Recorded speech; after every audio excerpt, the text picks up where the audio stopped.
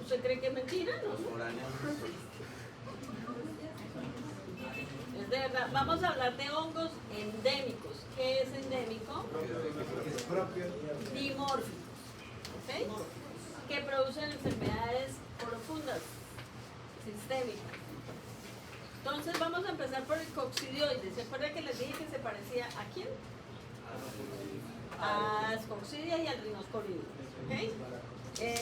La forma parasitaria, porque acuérdense que son dimórficos, entonces en el hospedero hay una estructura y la forma infectante es hongo. Entonces vamos a hablar del coccidioides y la micosis que produce es una coccidioideomicosis, parece un trabalenguas.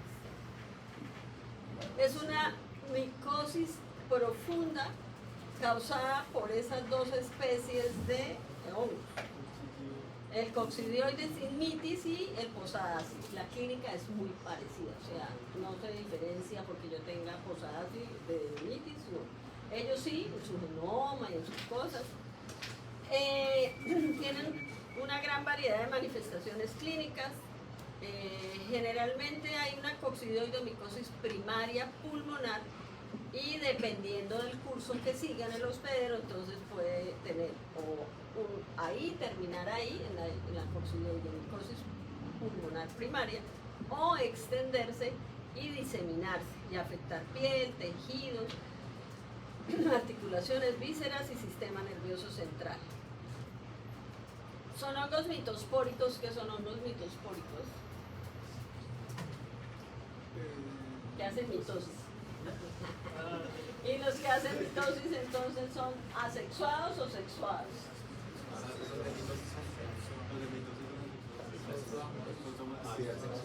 Sí, porque para ser sexuados tienen que haber meiosis, cariogamia, intercambio de material genético, ¿sí? Pero los hongos, acuérdense que pueden tener las dos formas sexuales, ¿ok? Listo.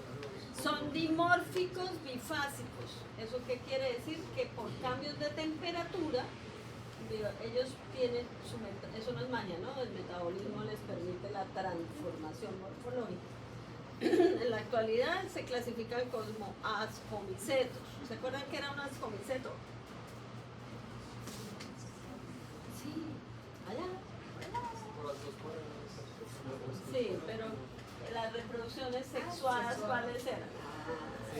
Era la bolsita. Ay, gracias. Espíritu Santo.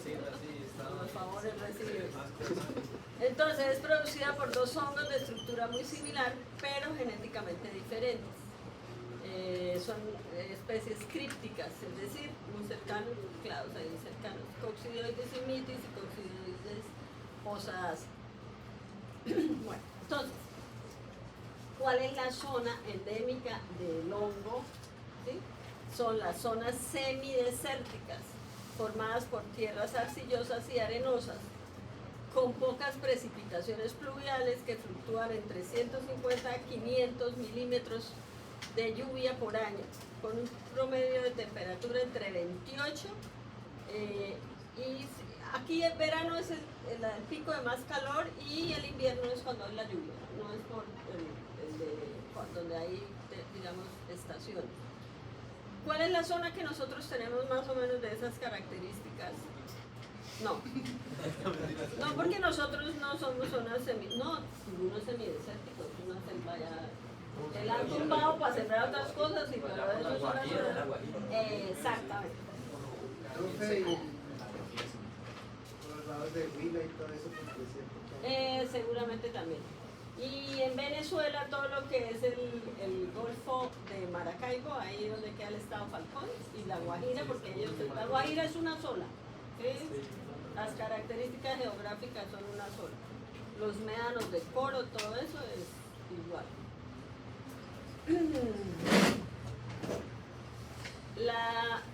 Tienen una extrema variabilidad. De noche puede ser casi los 0 grados y de día 45 grados centígrados, pero nosotros, Cúcuta no tiene esto de noche, ¿no? Seguimos parejito así, pero por ahora, ¿no? Uy, no, está terrible, sí. Entonces, ellos pueden vivir ahí, Miren que son capaces de resistir temperaturas hasta de 50 grados centígrados y pueden vivir hasta 30 metros por debajo de la superficie. Entonces, estar por debajo de la superficie les permite hacer todo el ciclo de vida y replicarse, pues no, dividirse, ya no se replican, se dividen. Tienen poca capacidad para degradar sustratos. Bueno, entonces, uno se puede infectar por inhalación de los conidios y es la mayor, digamos, la mayor forma de infección, la vía aérea, o por inoculación cutánea, y eso se llama cutánea primaria. ¿Sí? O sea, usted tiene algún accidente y salga y háblale a alguien. Vale, conteste la llamada afuera. A ver, ministros somos aquí ahora y tenemos que contestar. ¿Ok? ¿Listo? ¿Serio van dos con usted, no? Listo. Pero si la forma pulmonar primaria se extiende, generalmente uno de los sitios a donde se extiende desde la vía pulmonar es la piel. Pero ahí no es cutánea primaria, sino cutánea secundaria por extensión. ¿Ok? ¿Listo? Entonces, el 60% de las personas infectadas, es decir, que tienen la inhalación o el trauma cutáneo, la presentación clínica es asintomática. ¿Sí? No tiene ninguna evidencia clínica del proceso infeccioso. Generalmente es completamente incidental por otra patología, que le hagan una placa de rayos X y le encuentren la evidencia del daño del hongo sobre el tejido del pulmón. ¿Okay? A veces sucede eso. O que hagan títulos de anticuerpos. Las personas que viven en las zonas endémicas, por lo general, todos tienen anticuerpos contra esos hongos, al derivado proteico del hongo, así como hablamos de la esporotricina, ¿cierto? Entonces aquí pueden hacer un derivado del hongo en su forma micelial o en su forma de esférula, porque la forma parasitaria es una esférula grande, llena de pequeñas esférulas adentro. De hecho, es un esporangio, ¿cierto? Que es un esporangio, una estructura redonda llena de conidios, ¿cierto? Pero cuando lo observaban al microscopio, como no tiene hifas por ahí al lado, sino la pura esférula, les parecía que era una coccidia, ¿ok? Entonces, la forma infectante, ¿cuál es? Artroconidios, mírenlo, ¿sí lo ven? ¿Se acuerdan que la hifa se puede dividir toda y cada fragmentico es un artroconidio? Bueno, todos los artroconidios quedan suspendidos en el aire o por ahí en material vegetal. Bueno, no es que haya mucho, la verdad, pero si hay acacias o cualquier cosa de esas, y la acacia tiene espina, entonces la gente se puede espinar y entra el conidio. Esa sería cutánea primaria, ¿cierto? La lesión en la piel es un chancro, con bordes, pero es parecido al chancro esporotricósico, pero es un chancro por coccidio. Esto que ustedes ven acá es una cutánea secundaria, ¿ok? El peligro de que surja un cuadro sintomático se agrava con la edad. Se hace el diagnóstico erróneo de una neumonía bacteriana porque se parece mucho. El 40% de las personas pueden tener síntomas. A veces parece una gripa, ¿sí? Un estado como si fuera un resfriado, pero a veces sí ya va avanzando y entonces fiebre, tos, dolor pleurítico en el tórax. Y esta es la forma infectante y esta es la esférula, que es la forma parasitaria, ¿ok? La coccidioidomicosis pulmonar primaria genera varias manifestaciones cutáneas, en algunos casos eritema, máculas, pápulas. A veces se identifica eritema nodoso, casi siempre en las extremidades inferiores, o multiforme, como un collar, y se observa sobre todo en mujeres. Miren, esto es un chancro, ¿cierto? Puede producir artralgias y artritis, y por eso recibe el nombre de la artritis por coccidioidomicosis. Es decir, la persona no refiere que tuvo nada pulmonar, pero está refiriendo la parte osteoarticular, pues, con todas las patologías. se puede pensar en una coccidioidomicosis pulmonar primaria cuando hay antecedentes de sudoración nocturna, fatiga profunda, porque si la persona pues está respirando mal porque el tejido está afectado, pues la persona está en astenia y en adinamia, ¿cierto? Hay eosinofilia en sangre periférica o linfadenopatía iliar o mediastínica detectada en la radiografía de tórax. Tienen dolor preulítico frecuente, pero no, digamos que no es muy frecuente el derrame pleural, solo en el 10% de los casos, y hay un infiltrado pulmonar del mismo lado. El contenido celular de los derrames es de mononucleares y rara vez se encuentra el coccidioides.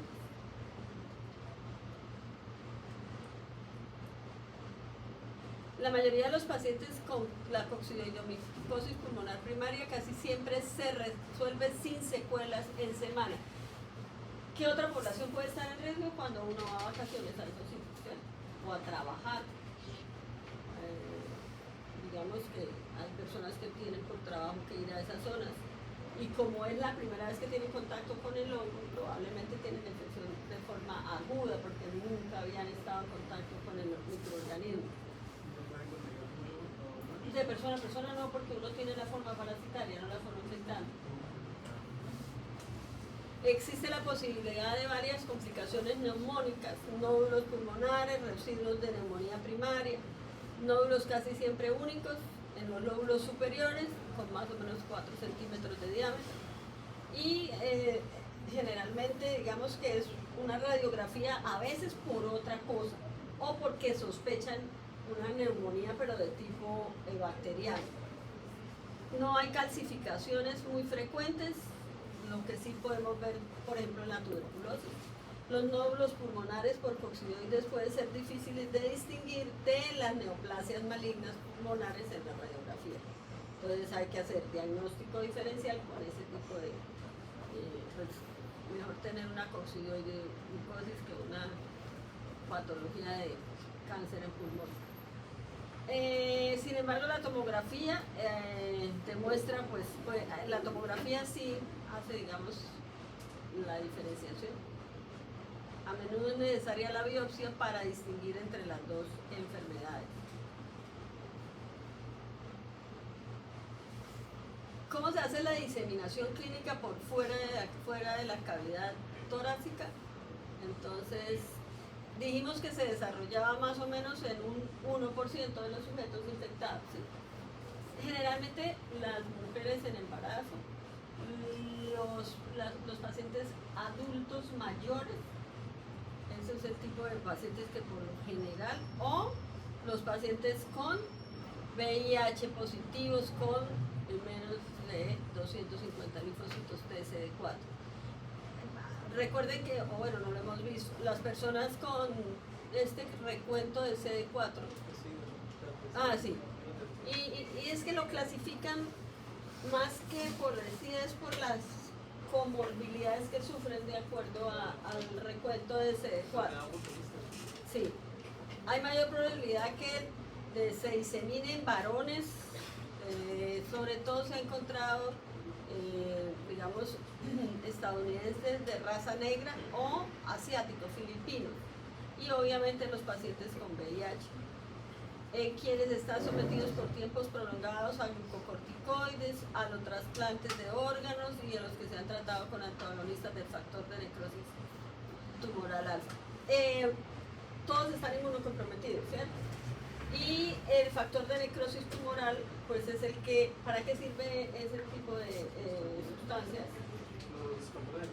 Mediador de inflamación, aguda. Sí, pero amplifica la respuesta inmune de polimorfonucleares, ¿cierto? Y determina el curso de ese tipo de infecciones. Por ejemplo, en la tuberculosis a la persona le hacen una medición del factor de necrosis tumoral y con eso pueden hacer la proyección de lo que va a hacer, cómo va a resolver el proceso infeccioso la persona, ¿sí? Y si la persona está tomando antagonistas del factor de necrosis, pues está más expuesto que una persona que tenga una buena respuesta inmune. Las mujeres embarazadas, generalmente la respuesta inmune no es la más acertada pues para proteger el embarazo, ¿no? No están. Entre los sitios de diseminación está la piel, acuérdense que es secundaria, ¿sí? Porque ya habíamos empezado ¿en dónde? En pulmón, ¿cierto? Huesos, articulaciones, partes blandas, meninges, y puede ocurrir después de una infección pulmonar sintomática o asintomática, y aquí sí la daño es fregada,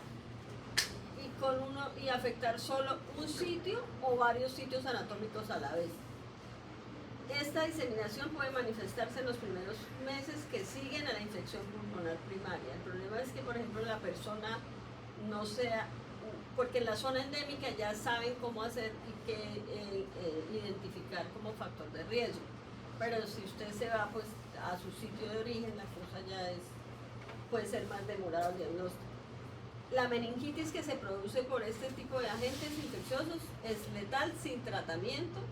Los primeros síntomas son cefalea, lo propio de una meningitis, ¿cierto? Letargo, confusión, rigidez de la nuca.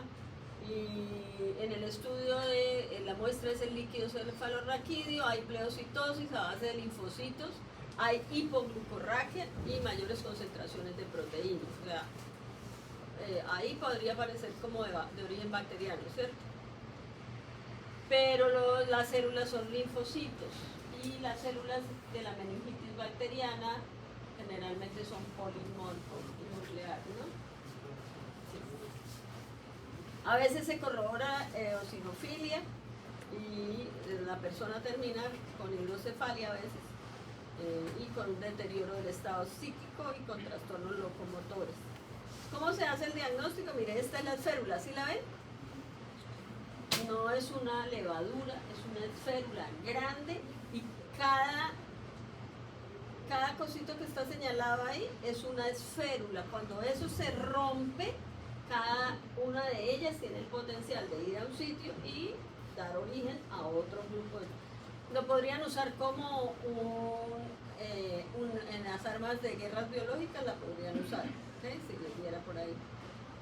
Anticuerpos, biopsias, buscando esta estructura. Esto es lo que hay que buscar en el hospedero. Y esta es la forma infectante, porque esto que son artroconidios, y en cambio acá es férulas. Mire la gran reacción de células que hay acá, ¿sí? Aquí está todo el ciclo de infección. Entonces, la forma de vida, miren, es en el suelo, quedan elevadas, como esas zonas geográficas, señor, por lo general hay gran cantidad de viento. Entonces, el aire suspende el conidio y lo que hacemos nosotros es inhalarlo. Y una vez en el hospedero deja esa forma de artroconidio y alcanza la forma de esférula, ¿cierto? Hay otra gente y terminamos histoplasma y dejamos ahí para que no se les vaya a perder toda la reflexión que hicieron. Este agente que es el histoplasma capsulatum se hizo muy famoso de la mano del VIH, ¿sí? Porque es una de las coinfecciones que mayormente, a veces es ese marcador del proceso infeccioso de VIH. La persona no sabe que tiene VIH y empieza a sufrir infecciones respiratorias. Y después vamos a hablar de otro que es el Pneumocystis jirovecii, que es también un marcador del VIH, ¿sí? Entonces, la persona tiene VIH, no sabe que tiene VIH, pero tiene una coinfección, porque el problema del paciente con VIH es las coinfecciones, ¿sí? Entonces, son dimórficos térmicos. ¿Eso qué quiere decir? Que cuando llegan a una temperatura como la nuestra, deja de ser moho y alcanza su forma de levadura. La levadura tiene un tropismo por el sistema retículo endotelial, ¿okay? Pero la mayoría de las formas de infección es la vía aérea. Igual, vienen plantas, quedan suspendidos en el aire, lo inhalamos, pero también podemos tener un trauma cutáneo y se forma un chancro, que es la infección cutánea primaria, ¿ok? Porque también hay una cutánea secundaria por extensión desde el pulmón. Fíjense que tienen mucho en común, ¿sí? Sí, y generalmente es autolimitada. Si mi respuesta inmune es la adecuada, generalmente es autolimitada, igual que en el coccidioides, ¿sí? Y en las todas. En casi todas las áreas endémicas, bueno, aquí las condiciones endémicas son distintas. Les gustan los suelos nitrogenados, por ejemplo, el intestino de algunas aves, palomas, murciélagos. Entonces las heces de esos animales pues son ricas en ese tipo de hongos. No les da a esos animales porque tienen una temperatura más alta de la que pueden tolerar el hongo, ¿sí? Más alta que la nuestra. Entonces no hace el proceso infeccioso. La histoplasmosis es frecuente y a causa son clados distintos. Hay histoplasma capsulatum. En África está el capsulatum variedaduosis. Y por inhalación, por ejemplo, cuando van de paseo a conocer cuevas, no sé cuál será el atractivo de meterse uno en una cueva, a donde están murciélagos y todo. Y como es el excremento de ese tipo de animales es rico en los hongos, pero las gallinas también, el excremento de gallina también, o sea, el que cuida gallineros pues también tiene el mismo riesgo, ¿okay? Y las palomas. Entonces, del lado izquierdo mío, ¿sí? Aquí donde está, ¿se alcanzan a ver puntero? No sé.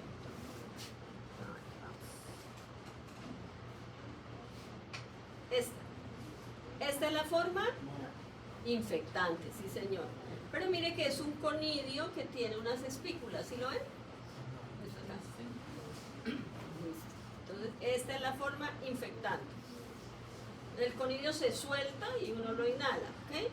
Nosotros generalmente a lo largo de cada día de nuestra vida estamos inhalando hongos, ¿no? Hongos en el aire, hongos. La diferencia es entre tener solamente un primo contacto y un proceso infeccioso, grave o no, es la respuesta inmune, ¿cierto? Y aquí la levadura, ¿sí? Monogemante, pequeña, tropismo es intracelular, le gusta el sistema retículo endotelial. Entonces, esto en el aire y en las muestras vegetales y suelo y eso, y esto en el hospedero infectado. La histoplasmosis es la micosis endémica más frecuente en Norteamérica y en ciertas fases de Centroamérica, Sudamérica, África y Asia. La histoplasmosis se diagnostica con bastante frecuencia en Europa, sobre todo en migrantes que provienen de áreas endémicas de otros continentes, ¿sí? O de viajeros que van allá y regresan a Europa. La tierra enriquecida con excremento de aves o murciélagos induce la proliferación y la esporulación. Entrará a edificios y el criptococo tiene el mismo riesgo, edificios que están abandonados, cerrados. Se cree que, por ejemplo, la venganza de los egipcios, cuando dice que cuando los primeros que sacaron lo que encontraron por allá en las tumbas murieron rápidamente, pues es que una vaina que está cerrada 5.000, 6.000 años por allá, cuando la abren, pues ahí se liberan hongos y virus y todo, y lo inhalaron, ¿sí? Me imagino que ni tapabocas ni nada. La dispersión de la tierra con el microorganismo permite que los microconidios se suspendan como aerosoles y todos están expuestos y lo inhalan, ¿ok? Hay un gran nivel de exposición en los espelólogos, las excavaciones, la limpieza de pollos, la demolición y remodelación de edificios viejos y la poda de árboles secos. Generalmente los que son importados, es decir, que no son de las zonas endémicas, generalmente son de viajeros que se desplazan o por migraciones o por vacaciones y demás a esa zona. Entre más condiciones haya en el mundo que depriman el sistema inmune, pues mayor va a ser la posible incidencia de la infección, ¿okay? Entonces, digamos que las infecciones micóticas son infecciones, no las micosis superficiales y esas, sino ya las sistémicas. Se han hecho infecciones emergentes y reemergentes de la mano de los nuevos tratamientos, ¿sí? Los trasplantes, las infecciones del sistema, el VIH, todo eso que hace depresión del sistema inmune nos pone en riesgo de una gente que está ahí y que el contacto es inevitable, porque usted, a no ser que viva todo el tiempo con un equipo de oxígeno propio para usted, el riesgo es pues una realidad. ¿Cuándo empieza la infección? Cuando se inhalan los microconidios. Una vez en los espacios alveolares es fagocitado por los macrófagos y son pues ahí intentando destruirlos. Se transforman en levaduras, en gemación, digamos que es parte de la patogenia y depende de qué, del hierro y del calcio que haya dentro de los fagocitos. Las levaduras proliferan y se multiplican dentro del macrófago en fase de reposo y son llevados al sitio de infección antes de que se genere una respuesta de otro tipo. El fagosoma, digamos que es el que le permite cambiar de sitio, llegar a ganglios linfáticos, drenar a las zonas y de esta manera es buscando ¿qué? El tropismo último, que es el sistema retículo endotelial. Todo lo demás es un vehículo que le va a permitir llegar, obviamente todo lo demás es la respuesta inmune, ¿sí? Pero lo utiliza. No hay actividad del fagolisosoma, probablemente cambia los pHs y además la concentración de calcio y hierro que haya. Nosotros no tenemos hierro libre, los seres humanos, ¿cierto? Porque el hierro está conjugado, pero dentro de esas células de la defensa sí. ¿Y para qué quiere todo eso? Para llegar a dónde? Al sistema retículo endotelial. Más o menos 2 semanas después de la infección, o sea, se desarrolla inmunidad celular suficiente, linfocitos T, interferón, para tratar de ayudar a ¿quién? A los macrófagos. Hay una interleuquina de tipo 12, factor de necrosis tumoral alfa, con buena función inmunitaria. Al final se organizan macrófagos, linfocitos, células epiteliales y se forma un granuloma, en cuyo interior van a quedar los microorganismos. Igual pues estos granulomas tienen fibrosis y calcificación. En las personas de las áreas endémicas se identifican ganglios linfáticos mediastínicos calcificados y calcificaciones hepatoesplénicas, porque dijimos que tenía tropismo por ese tipo de tejidos, ¿cierto? En hospedadores con una respuesta inmune efectiva, hay algún tipo de inmunidad a una reinfección, ¿okay? En el otro lado, o sea, los que no se están defendiendo adecuadamente porque no tienen cantidad suficiente de CD4, o las células de infección no se contiene, se disemina por todo el sistema retículo endotelial. Va progresando, puede afectar múltiples órganos, pulmón, médula ósea, vaso, hígado, suprarrenales, membranas y lesiones en piel también, que son las lesiones cutáneas secundarias. No tienen un patrón de lesión propia que usted la mire y diga esto es eso, no. Pero por lo general se ubican como un collar ahí y se extiende. A diferencia de la tuberculosis latente, la histoplasmosis latente rara vez se reactiva, o sea, se queda de manera latente. Entonces ahí está todo el ciclo, ¿sí lo ven? El conidio, ingresa en el hospedero, es fagocitado y mediante esa célula puede llegar a un ganglio linfático y extenderse. El espectro clínico de la histoplasmosis va desde la primoinfección hasta un cuadro que puede ser letal. ¿Y quién define eso? El sistema inmune del hospedero. La rapidez del ataque y la magnitud y gravedad de la enfermedad depende de la intensidad de la exposición. Bueno, aquí sí. La intensidad de la exposición es la dosis infecciosa, ¿ok? La virulencia de la cepa y la respuesta inmune de los hospedero. Yo casi que diría que depende más de la respuesta inmune de los hospedero, pero obvio, pues no es lo mismo inhalar poquito que inhalar bastante. Con buena función inmunitaria y bajo nivel de exposición, casi ninguna de las infecciones genera síntomas. De las personas que residen en área endémica, del 50 al 80% generalmente tienen una evidencia de una infección. Y aquí también se pueden hacer pruebas cutáneas. ¿sí? Son específicas para el derivado, sin manifestaciones clínicas. En las tomografías de tórax se obtiene durante la detección sistemática de cáncer pulmonar entre los fumadores de regiones endémicas. Se observan nódulos pulmonares que pues muestran que hubo en algún momento una histoplasmosis. Los síntomas aparecen después de 4 semanas más o menos de la exposición. Si es muy intensa, surge un cuadro similar al resfriado, con fiebre, escalofríos, sudoración, cefalea, mialgia, anorexia, tos, disnea y dolor torácico. Y usted puede ir con esa sintomatología y de golpe aquí en Cúcuta le dicen que probablemente puede tener dengue, ¿cierto? Entonces fíjense todo lo que, aunque nosotros no son endémicas nosotros de eso, pero pueden haberse ido a pasar por ahí una cueva.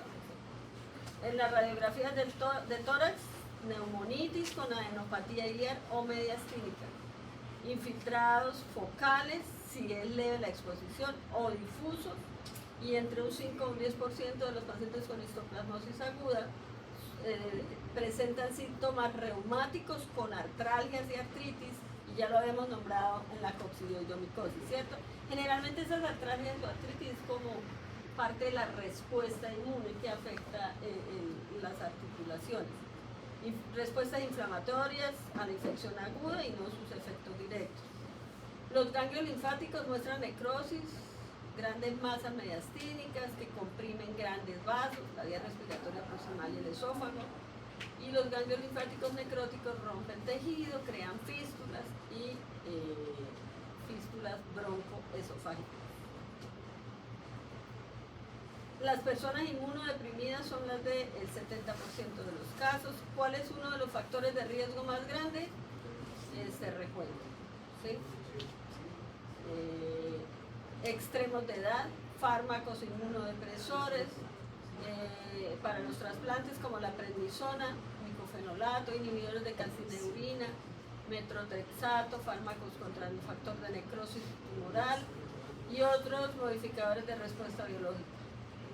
Entonces va desde un cuadro agudo con evolución letal rápida, con infiltrados pulmonares o nodulares difusos, falla multiorgánica y o a nivel focal en órganos.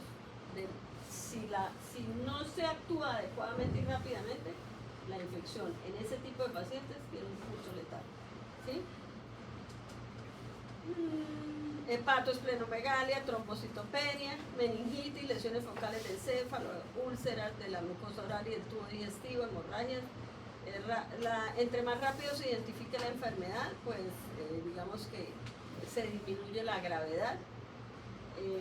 Recuerden que si el paciente es VIH y tiene histoplasmosis, ¿qué es lo primero que tienen que tratar? ¿La coinfección o la infección por VIH? De hecho, cuando fueron los linfocitos para tener y entonces de golpe viene lo que se llama un síndrome de reconstitución inmunológica.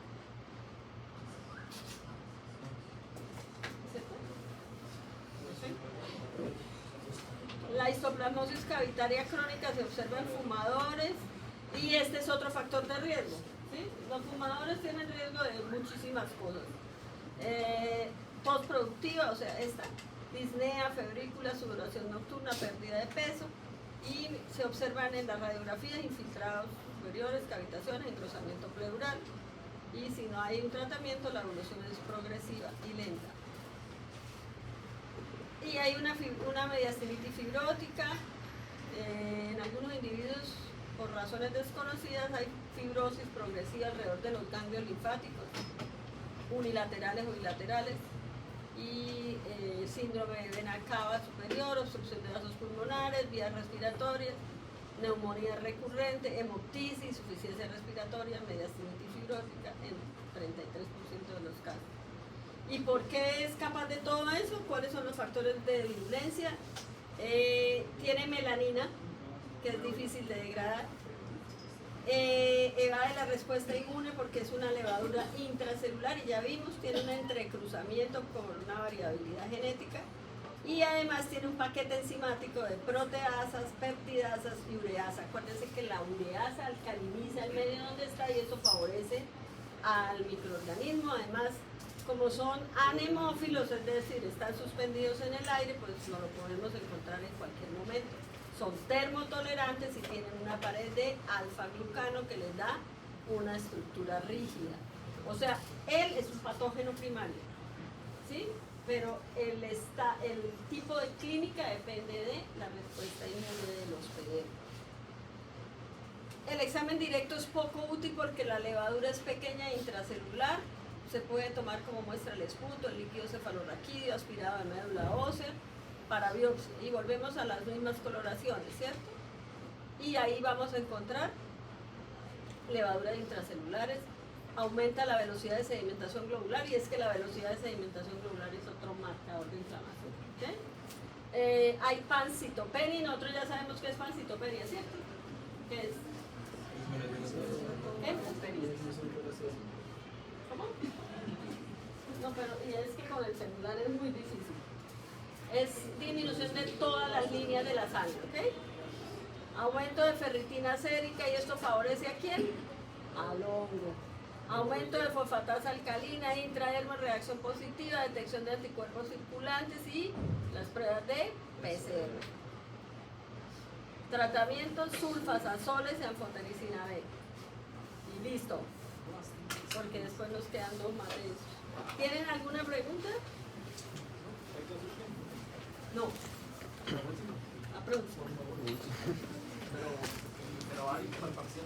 Pero ustedes también deberían buscar. Pero es que nosotros Ah, sí, ¿cómo no? Conocidos practicamos.